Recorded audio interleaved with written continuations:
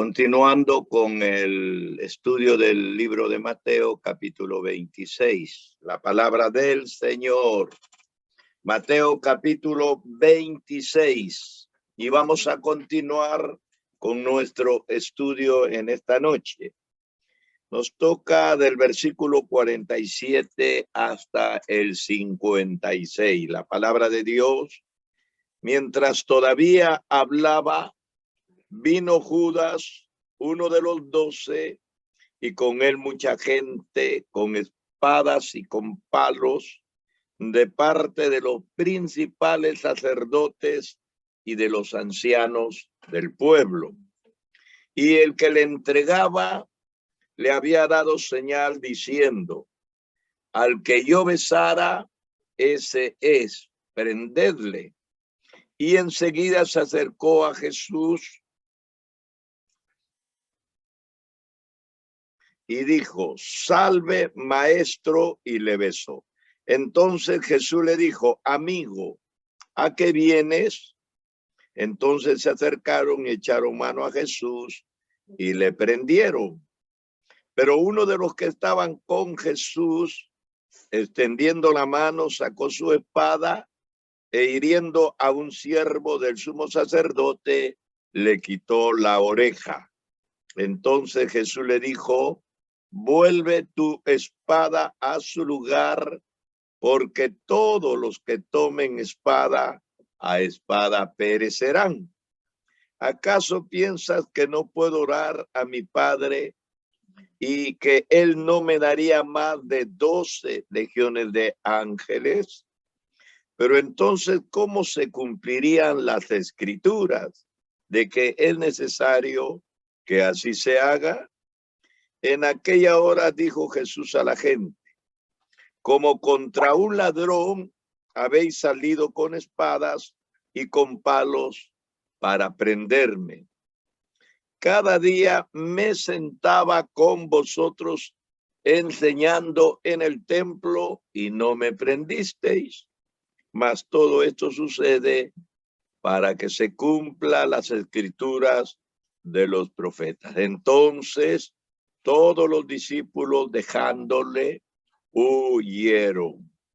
La porción que nos toca a meditar en este momento es sobre el arresto de Jesús. La intervención de Judas puede que surgiera de uno de dos motivos. Primero, que realmente fuera por avaricia o por desilusión, que quería que mataran a Jesús. O segundo, que estuviera tratando de obligarle a manifestarse y a actuar y que no quisiera verle morir. ¿Cuál de estas dos expresiones o acciones fue por la que Judas vendió al Señor? Hay por consiguiente dos maneras de interpretar este incidente.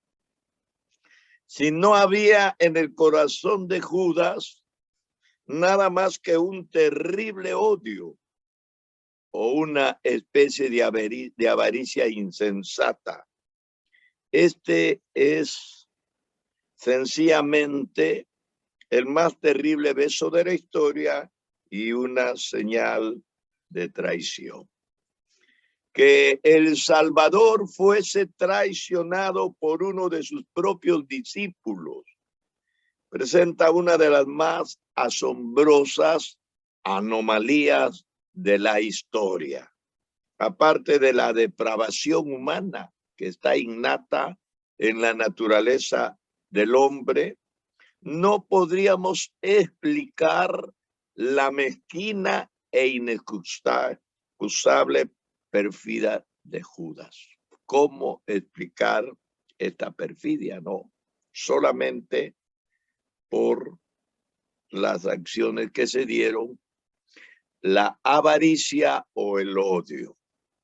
Bien, el arresto de Jesús ya sabemos que se hizo cuando él estaba en el huerto de Getsemaní orando con sus discípulos.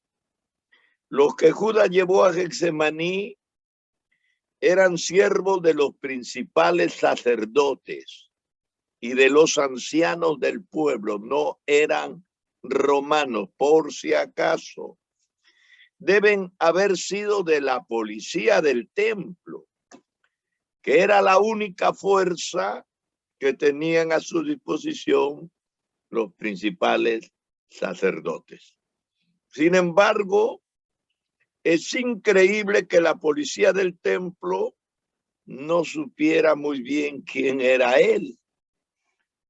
Hombre que pocos días había limpiado el templo y todos lo habían visto y se había creado conflictos y enfrentamientos con él, ¿no? Porque Jesús echó a todos los cambistas y a los vendedores de palomas y ellos le dijeron, pues, ¿qué señal das para que hagas esto? ¿Con qué autoridad lo estás haciendo? Entonces es imposible que no pudieran reconocer al hombre que había estado enseñando diariamente en los atrios del templo. Mientras que Jesús todavía hablaba a los 11, porque Jesús estaba con sus 11 discípulos, vino Judas con una banda armada, con espada y palos. Quizás las armas simbolizaban la determinación de los principales sacerdotes y ancianos de capturarlo sin dejarle posibilidades alguna para que pueda escapar. Aunque nosotros sabemos que Jesús en ningún momento iba a intentar hacerlo, pero ellos estaban bien armados y una gran multitud rodeó, no solamente enfrentó al Señor, sino que rodeó el huerto por si acaso Jesús intentara escapar. La palabra del Señor nos dice que cuando Judas se acercó al Señor, fue directamente y lo besó. Judas iba a emplear este beso como señal para ayudar a la gente que lo acompañaba a distinguir a Jesús de sus discípulos. En esa noche, no sé si era oscura o clara, pero era de noche. Y todos los judíos eran semejantes. Entonces tenía que haber una identificación de aquel que lo conocía más que los demás. Y ese era pues lo convenido con Judas, ¿no? Este símbolo universal de efecto iba a ser prostituido a su uso más bajo. ¿Por qué? Porque los judíos estaban acostumbrados a saludarse de esa manera. Al llegar ante el Señor, Judas dijo, salve, maestro. Y luego le besó efusivamente. En este pasaje que hemos leído, se emplean dos palabras diferentes para la palabra besar. El versículo 48 es diferente al versículo 49. Por supuesto, la distinción no se ve en nuestro castellano, sino en los originales. Philein es la palabra en griego y es una palabra corriente que se usa al diario para expresar la acción de besar, philein, que está en el versículo 48. Y catafileín es la palabra que indica un beso de amor. Y quiere decir que Judas besó a Jesús repetidas veces y de una forma muy ferviente, muy entusiasta, como que estuviera demostrando una fuerte expresión de amistad. ¿Por qué había Judas de haber hecho esto? Porque además no hacía falta ninguna identificación de Jesús. Lo que sus enemigos necesitaban es que él les indicara no quién era Jesús, sino el lugar y el momento oportuno para arrestarle. Pero Judas en su negociación se comprometió no solamente llevarlo al lugar secreto donde estaría Jesús en esa noche, sino presentarlo personalmente e identificarlo para que no haya duda alguna sobre a quién deberían de arrestar. ¿Cuál sería la actitud de Jesús? Jesús se mostró sereno y le preguntó a Judas, amigo, ¿a qué vienes? Es indudable que esta pregunta cayó sobre Judas con un poder hiriente, pero ahora los acontecimientos se sucedían con rapidez.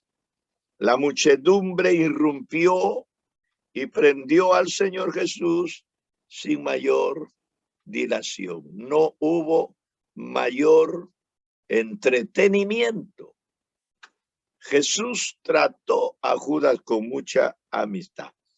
Más bien en ese momento vemos como uno de los apóstoles, que Mateo no lo dice, pero Juan sí, y era precisamente Pedro.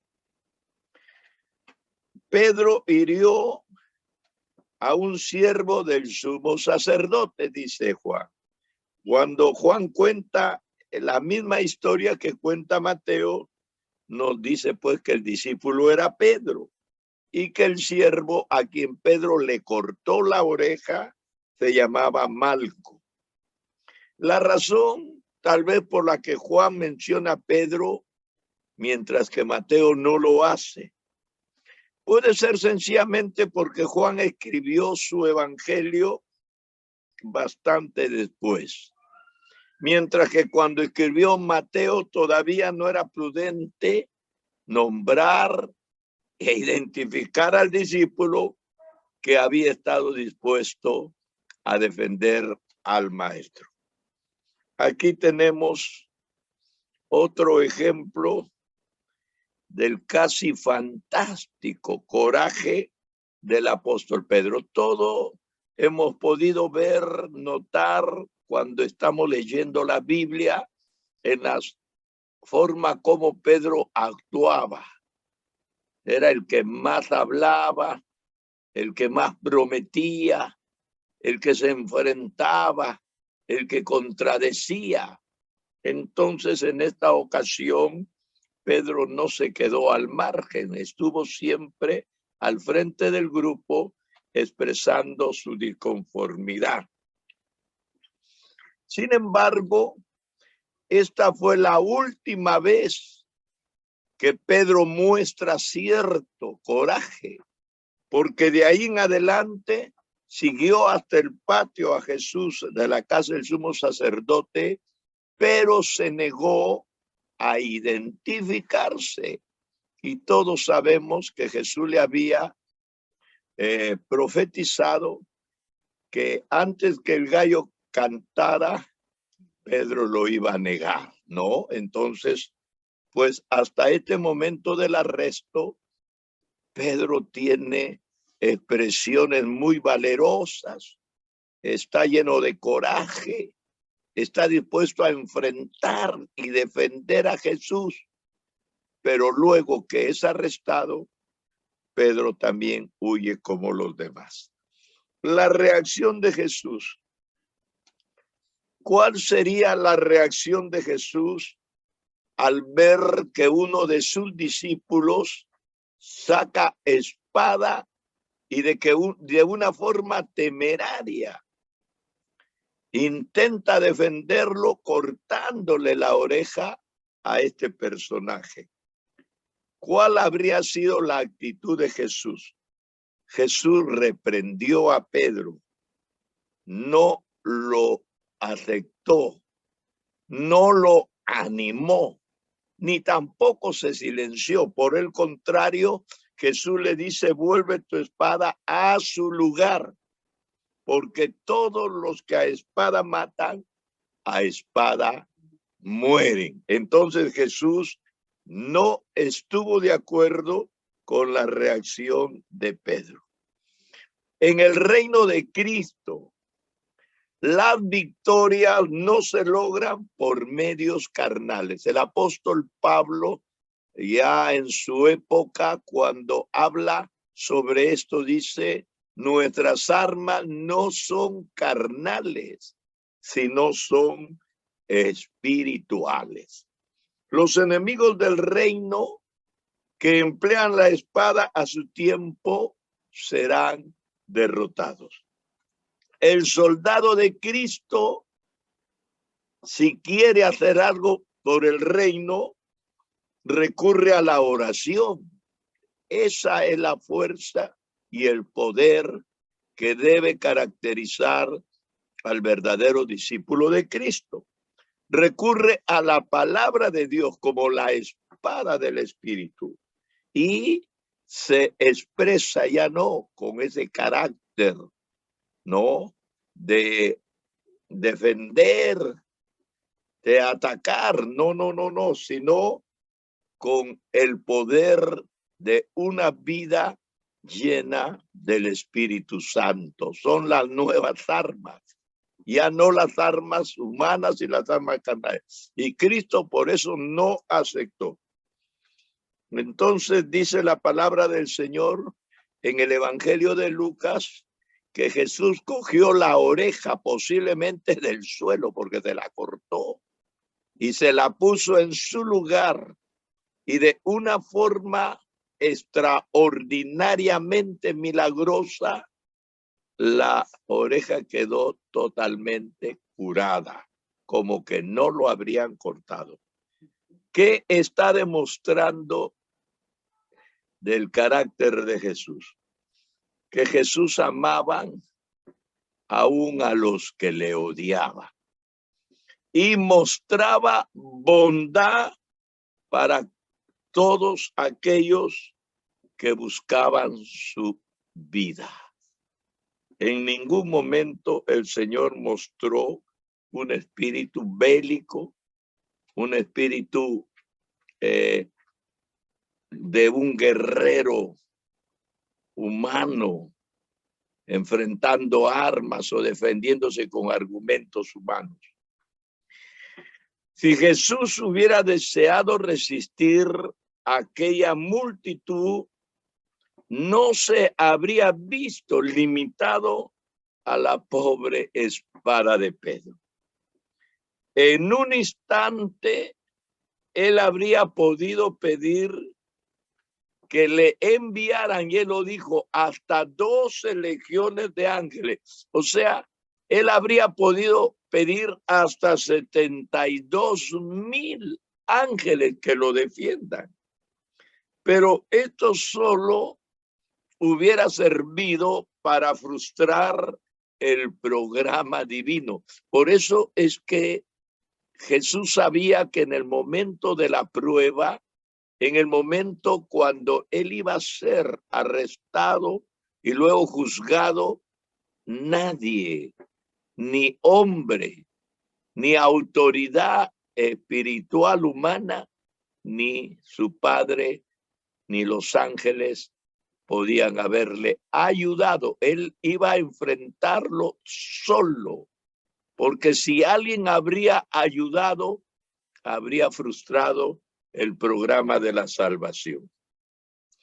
Las escrituras que decían sobre su entrega, sobre sus padecimientos, crucifixión y resurrección, tenían que cumplirse. Eso es lo que dijo Jesús, para que las escrituras se cumpliesen. Entonces, si Jesús quería que las escrituras se cumpliesen, en ningún momento iba a hacer algo para defenderse. La palabra del Señor, expresada teológicamente sobre el estado de humillación de Jesús, su kenosis, dice que él fue obediente hasta la muerte y muerte de cruz. Así que lo primero entonces que tenemos que pensar es que Jesús no reprende a Pedro, o Jesús reprende a Pedro, no le permite que Pedro continúe con su lucha. Segundo, Jesús recordó a las multitudes cuán incongruente era que viniesen contra él con armas. ¿Por qué? Nunca alguien le había visto recurrir a la violencia, ni dedicarse al bandidaje. Jesús, dentro de sus discípulos, él tenía sicarios, personas que habían estado metidos en la violencia, en las armas. Él tenía ahí gente que había sido guerrera, pero que en ningún momento algo de su doctrina o alguna palabra Jesús habría permitido que ellos maduraran la idea de que podían haberlo defendido con las armas. Yo recuerdo en una campaña habían puesto los hermanos personas con armas y yo no estuve de acuerdo. En una de mis campañas, yo recuerdo armados y yo pregunté, ¿y por qué? Ahora yo he ido a otras campañas y he encontrado gente armada. Es el guardaespaldas del predicador. Lo veo tan absurdo, totalmente absurdo, que un hombre que predica la verdad, que predica un mensaje de pacificación total, pueda recurrir a las armas para defenderse. Entonces, al contrario, Jesús había sido un tranquilo maestro que cada día se sentaba ante ellos en el templo. Entonces, habrían podido capturarlo fácilmente, pero no lo habían hecho. Habían podido tomarlo en el templo. Jesús no se iba a defender. ¿Y por qué ahora venían con espadas y con palos? Eso fue la pregunta del Señor. Humanamente hablando, aquella conducta era irracional, no era normal, porque él nunca dio muestra de que sus amigos o enemigos podrían enfrentarse de parte de él o con él para atacar con armas. La suprema enseñanza de Jesús, entonces, en este capítulo lo estamos viendo. Él había dicho en su Sermón del Monte, bienaventurados los pacificadores, porque ellos serían llamados hijos de Dios. Y habría sido totalmente contradictorio que en su ministerio él utilizara la fuerza para defenderse. Esto nos debe llevar a pensar que en el reino del Señor, de una forma absoluta, sin ninguna oportunidad se debe emplear la fuerza para poder defender la palabra del Evangelio. Entonces, aprendemos acerca de Jesús en este pasaje. Primero, él aceptó su muerte de forma voluntaria. Jesús no habría tenido por qué ir a Jerusalén. Él no habría tenido que ir a la Pascua. Si él hubiera querido conservar su vida, no enfrentarse a las autoridades, sabiendo, porque él sabía todo lo que iba a ocurrir, si él hubiera querido no ser apresado ni crucificado, con no aparecerse en la fiesta, habría sido suficiente para escapar. Una vez ahí, aún así, no tenía que haber seguido esta política de desafío imponente. Nosotros vemos en el capítulo 21 del libro de Mateo, desde la primera aparición, lo que se conoce como entrada triunfal de Jesús en Jerusalén, de una forma apoteósica, provocativamente. Las multitudes le rodearon y él por primera vez acepta que todas estas multitudes le den la bienvenida en esa gran dimensión. Y todos sabemos que el siguiente día, o sea, el día lunes, él entra al templo y enfrenta totalmente a las autoridades religiosas. Y a partir del martes, él tiene discusiones cáusticas, enfrentándose con los fariseos, con los sacerdotes, con los escribas. Entonces, si él no hubiera seguido esta política y este comportamiento, no habría pasado nada. Habría pasado de forma desapercibida. Pocos se habrían enterado que Jesús estaba allí. Y aún todavía, estando en el huerto, si Jesús hubiera querido, podría haberse evadido para ponerse a salvo. Jesús sabía todo lo que le iba a suceder. Cuando él terminó de instituir la Santa Cena en el aposento alto y él descendió por el arroyo del Cedrón para volver a subir al monte de los Olivos en el huerto de Getsemaní, pues Jesús sabía lo que le iba a ocurrir. Él habría podido escapar, era de noche. Y ese monte no era una montañita, era un monte inmensísimo, ¿no? Y bueno, él tenía amigos que le habrían ayudado a salir de la ciudad. Si él hubiera querido escapar, lo habría logrado fácilmente. Aún aquí, él habría podido invocar en su ayuda el poder de Dios y habría podido derrotar a sus enemigos por las armas espirituales. Ustedes recuerdan cuando Herodes cogió preso a Juan el Bautista en Judea. Jesús estaba en Judea y cuando él se enteró que Juan el Bautista fue tomado prisionero, dejó Judea y se trasladó a Galilea. ¿Ah? Jesús habría hecho eso, pero aquí no hizo eso. Por el contrario, él se enfrentó.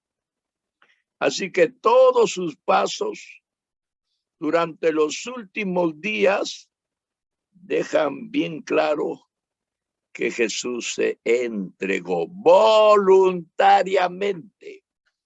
Porque cuando él llegó a este pueblo donde se había criado, Nazaret, y él presentó los credenciales espirituales de lo que decía Isaías. Él era el Mesías ungido. Lo quisieron matar, pero él recurrió a su poder y sin que lo toquen. Nadie se atrevió a tocarlo. Pasó por en medio de la multitud y salió en paz. Él habría recurrido a eso, pero aquí no. Él dijo, nadie me quita la vida, yo la pongo. Y un día la voy a volver a tomar. Y eso fue al tercer día. Así que Jesús no murió porque los hombres le mataron, sino porque él escogió morir. Entonces, la actitud al final, la verdadera actitud de Cristo es que él voluntariamente fue a la muerte. Segundo, y con esto voy terminando, Jesús escogió morir porque sabía que esa era el propósito salvífico de Dios para el mundo. Y Juan proféticamente lo dijo después que lo había bautizado al siguiente día. He aquí el Cordero de Dios. He aquí el Cordero de Dios. Y todos sabemos que los corderos que se llevaban al templo eran para ser sacrificados. Así que siguió ese camino porque era lo que profetas habían anunciado. Lo presentaron como el cordero para el sacrificio. Y lo asumió porque Jesús sabía que para la redención del mundo, el amor era el único camino. No había otra forma de salvar al mundo. Por eso es que le dijo a Pedro que el que maneja la espada perecerá a espada. La violencia no puede producir nada más que violencia. Una espada desenvainada no se puede encontrar nada más que con otra espada desenvainada. Jesús sabía que la guerra y la fuerza no resuelven nada y solo producen una sucesión de males y engendran una cadena de consecuencias peores que ellas mismas. Sabía Jesús que el propósito de su Padre Dios se puede llevar a cabo solo mediante el amor sacrificial. No con espadas, dice el profeta de la antigüedad, ni con ejército, sino con mi santo espíritu. Gloria sea al Señor. Por eso las actitudes que vemos y la forma como se desencadena este arresto, cuando Jesús podía haber tenido muchas alternativas para huir, escapar, evitar, y sin embargo, él no tomó ninguna de estas. Jesús sabía que la maldad humana estaba solo logrando cumplir el plan designado de Dios. Mientras el hombre más violento, mientras el hombre más lleno de odio, mientras el hombre descargó sobre él su ira, todo esto estaba aceptándose porque todo eso contribuía para que el sacrificio del Cordero pueda tener el éxito que lo vimos tuvo en la cruz del Calvario. Por todo esto ha sucedido para que se cumplan las escrituras de los profetas. Esa fue la expresión. Y la historia sagrada ha demostrado que Jesús tenía razón. Gloria al Señor. Porque los judíos que se apoderaron de él por la fuerza y que se gloriaban en la violencia y que hubieran tenido con gusto sus espadas de sangre romana, vieron 40 años más tarde su ciudad destruida. Ustedes recuerdan que antes que Jesús entrara a Jerusalén, antes que Jesús entrara, él miró a Jerusalén y lloró. Y él le dijo: Jerusalén, Jerusalén, tú que matas a los profetas y apedreas a los que son enviados. Él lloró mirando la destrucción de Jerusalén. Así que 40 años después de lo que le hicieron a él, la ciudad fue destruida para siempre. Podemos decir en la historia universal así, y no se volvió a tener cierta libertad y posesión hasta 1948, cuando Israel vuelve a ser nación. Así que mientras que el hombre que no quiso pelear está entronizado para siempre, Jerusalén que mostró la violencia y que al final logró lo que se propuso, llevar hasta la cruz al Cristo de la gloria y quitarle la vida, pues quedó destruida, pero Jesús fue entronado para siempre en el corazón de los hombres y nunca pudo ser destruido. Gloria sea al Señor. Mire lo que nos enseña el arresto de Jesús en Getsemaní. Dios nos bendiga. Seguimos estudiando la Biblia y cada parte de los mensajes que voy dejando tiene concordancia con el mensaje anterior y el que viene, porque estamos siguiendo la sucesión de los evangelios. Eso es lo que estamos haciendo. Por eso que no me salgo del tema.